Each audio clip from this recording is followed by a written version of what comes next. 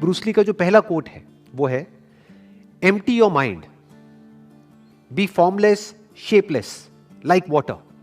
If you put water into a cup, it becomes the cup. You put water into a bottle and it becomes the bottle. You put it in a T pot, it becomes the teapot. Now water can flow or it can crash. Be water, my friend. हम जब भी कुछ भी करने जाते हैं तो पहले से ही जो हम करने वाले हैं उससे रिलेटेड हमारे माइंड में बहुत कुछ भरा होता है. फॉर एग्जाम्पल, अगर ब्रूस ली के ही स्टैंड पॉइंट से समझा जाए कि किस कॉन्टेक्स्ट से बोल रहे हैं, तो आपका जो ओपोनेंट है, वो जो सामने वाला है, उसके बारे में आपके माइंड में पहले से कुछ भी नहीं होना चाहिए. पहले से प्री कंसीव नोशंस नहीं होने चाहिए, क्योंकि हो सकता है पहले से जो आप सोच करके जा रहे हो वो बंदा अपना स्टाइल ही चेंज कर दे. वो पिछले कई सालों से मान लो एक तरीके से लड़ रहा था, तो उसी के बेस पर तो आप अपने माइंड में ये बिठा सकते हो कि मेरी क्या स्ट्रैटेजी होनी चाहिए इससे लड़ने के लिए. अब हो सकता है वो एक नई स्ट्रैटेजी बना करके आपके पास आ रहा है और आपको पता ही नहीं है.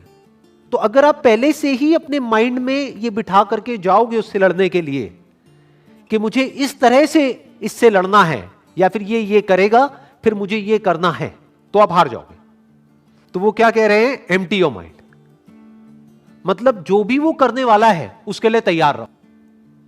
Never have pre conceive notions in your mind about life. अगर वहां पे देखा जाए ब्रूस ली के कॉन्टेक्स्ट में, तो ओपोनेंट है सामने कोई. अगर हम अपने आप से रिलेट करें तो हमारी लाइफ में क्या होता है, इस ओपोनेंट को हम क्या बोल सकते हैं, लाइफ में जो प्रॉब्लम्स आ रही हैं, जो चैलेंजेस आ रहे हैं, जो भी मुश्किलें आ रही हैं, तो उनको अपने पास्ट के नजरिए से मत देखो, नहीं तो आप फंस जाओगे. क्योंकि हो सकता है अब जो चैलेंज आया आपको आज, वो नया चैलेंज है. और हो सकता है क्या, हमेशा लाइफ नए चैलेंजेस आपके सामने लेकर के आती है, जो आज से पहले कभी नहीं हुआ है. ऐसी ऐसी चीजें हो जाती हैं जो हमने सोचा भी नहीं होता है, ऐसी ऐसी चीजें हो जाती हैं. तो अगर उन प्रॉब्लम्स के हमको सॉल्यूशंस निकालने हैं तो हमारा माइंड पूरी तरह से खाली होना चाहिए उस प्रॉब्लम से रिलेटेड जो भी कुछ हमारे माइंड में पहले से भरा पड़ा है उससे.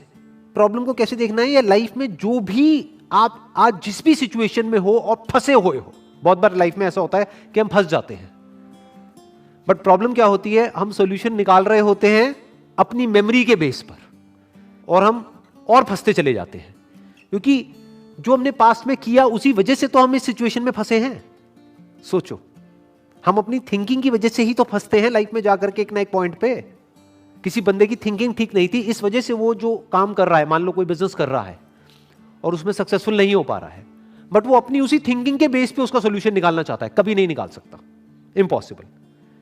पहले उसको अपनी ही उस थिंकिंग से फ्री होना होगा, क्योंकि उसकी ही थिंकिंग की वजह से उसके बिजनेस में प्रॉब्लम्स क्रिएट हो रही हैं. उसको एक नई थिंकिंग चाहिए. अब नई थिंकिंग मतलब क्या, कि कुछ भी नया सोचने लग जाओ, नहीं. जो प्रॉब्लम आ रही है उस प्रॉब्लम को एज इट इज देखना है, उस प्रॉब्लम के साथ में एक हो जाना है. जैसे पानी जिस रंग में डालते हैं उसी रंग में एक हो जाता है. पानी को जिस कप में हम डालते हैं वही फॉर्म ले लेता है. यही बात यहां पे कही जा रही है. यानी कि आप एक हो जाओ लाइफ में जो भी आपको प्रॉब्लम आ रही है उसके साथ में. तो जब आप पूरी तरह से प्रॉब्लम के साथ में जुड़ जाते हो, आपका ध्यान, आप मतलब क्या, आपका ध्यान प्रॉब्लम के साथ में पूरी तरह से एक हो जाता है, तब उसी प्रॉब्लम में आपको सॉल्यूशन नजर आ जाता है.